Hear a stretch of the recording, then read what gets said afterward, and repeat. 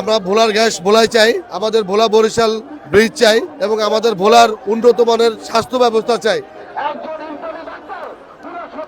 ভোলার মানুষ আজকে ভোলা থেকে উঠে এসেছে রাজধানীর বুকে। তারা একটা জোরে সোরে জানান দিতে চায় যে তারা তাদের অধিকারগুলো, তাদের পাওনাগুলো আদায় না করে তারা ঘরে ফিরবে না। আমরা এই তিনটা দাবি যদি আমাদের সরকার খুব দ্রুত না মানা হয়, আমরা আরো কঠোর কর্মসূচির দিকে এগিয়ে যাব, এটাই আমাদের সিদ্ধান্ত।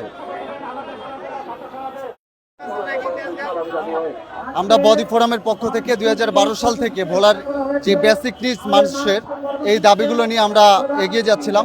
আমরা কথা বলেছি বিভিন্ন সময় বিভিন্ন ফোরামে।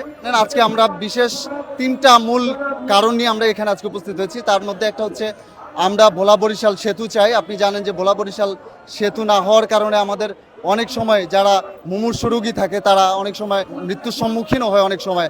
আরেকটা দাবি হচ্ছে আমাদের ভোলায় যে প্রাকৃতিক গ্যাস উৎপন্ন হচ্ছে, আমরা চাচ্ছি যে এই গ্যাসের আগে ভোলাবাসীর দাবি পূরণ করা হোক। বাণিজ্যিক ক্ষেত্রের পাশাপাশি আবাসিক স্থলে যেন এই গ্যাস সংযোগটা সবার আগে দেওয়া হয়, তারপরে জাতীয় গ্রিডে এই গ্যাস যুক্ত করতে পারে। আমরা সেই ব্যাপারে জোরালো দাবি জানিয়েছি। আরেকটা দাবি হচ্ছে ভোলায় মেডিকেল কলেজের বিষয়ে। আপনারা জানেন ভোলায় 250 শয্যা বিশিষ্ট একটা হাসপাতাল আছে, কিন্তু এটা সম্পূর্ণই অপ্রতুল। চিকিৎসা ব্যবস্থার জন্য উন্নত চিকিৎসা নেই বললেই চলে। এই জন্য আমরা একটা মেডিকেল কলেজ এবং হাসপাতালের দাবিতে আমরা আজকে এখানে সোচ্চার হয়েছি।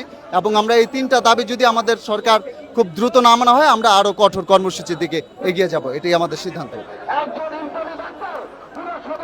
আমরা ভোলার গ্যাস ভোলাই চাই, আমাদের ভোলা বরিশাল ব্রিজ চাই এবং আমাদের ভোলার উন্নত মানের স্বাস্থ্য ব্যবস্থা চাই। আমরা ভোলায় এই মুহূর্তে প্রতিদিন গড়ে 130 মিলিয়ন গ্যাস উৎপাদন হয়।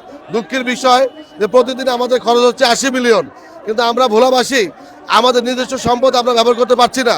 আমরা ভোলাবাসী যারা আমরা নানান সমস্যায় ভুগছি।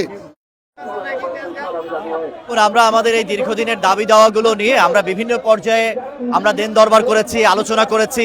আমরা বিভিন্ন সময় জেলা প্রশাসক মহোদয়ের মাধ্যমে সরকার প্রধানকে স্মারকলিপিও পেশ করেছিলাম, কিন্তু এত ইতিবাচক কার্যক্রমগুলোর কোনোভাবেই তারা আমাদেরকে ইতিবাচক সাড়া দেননি।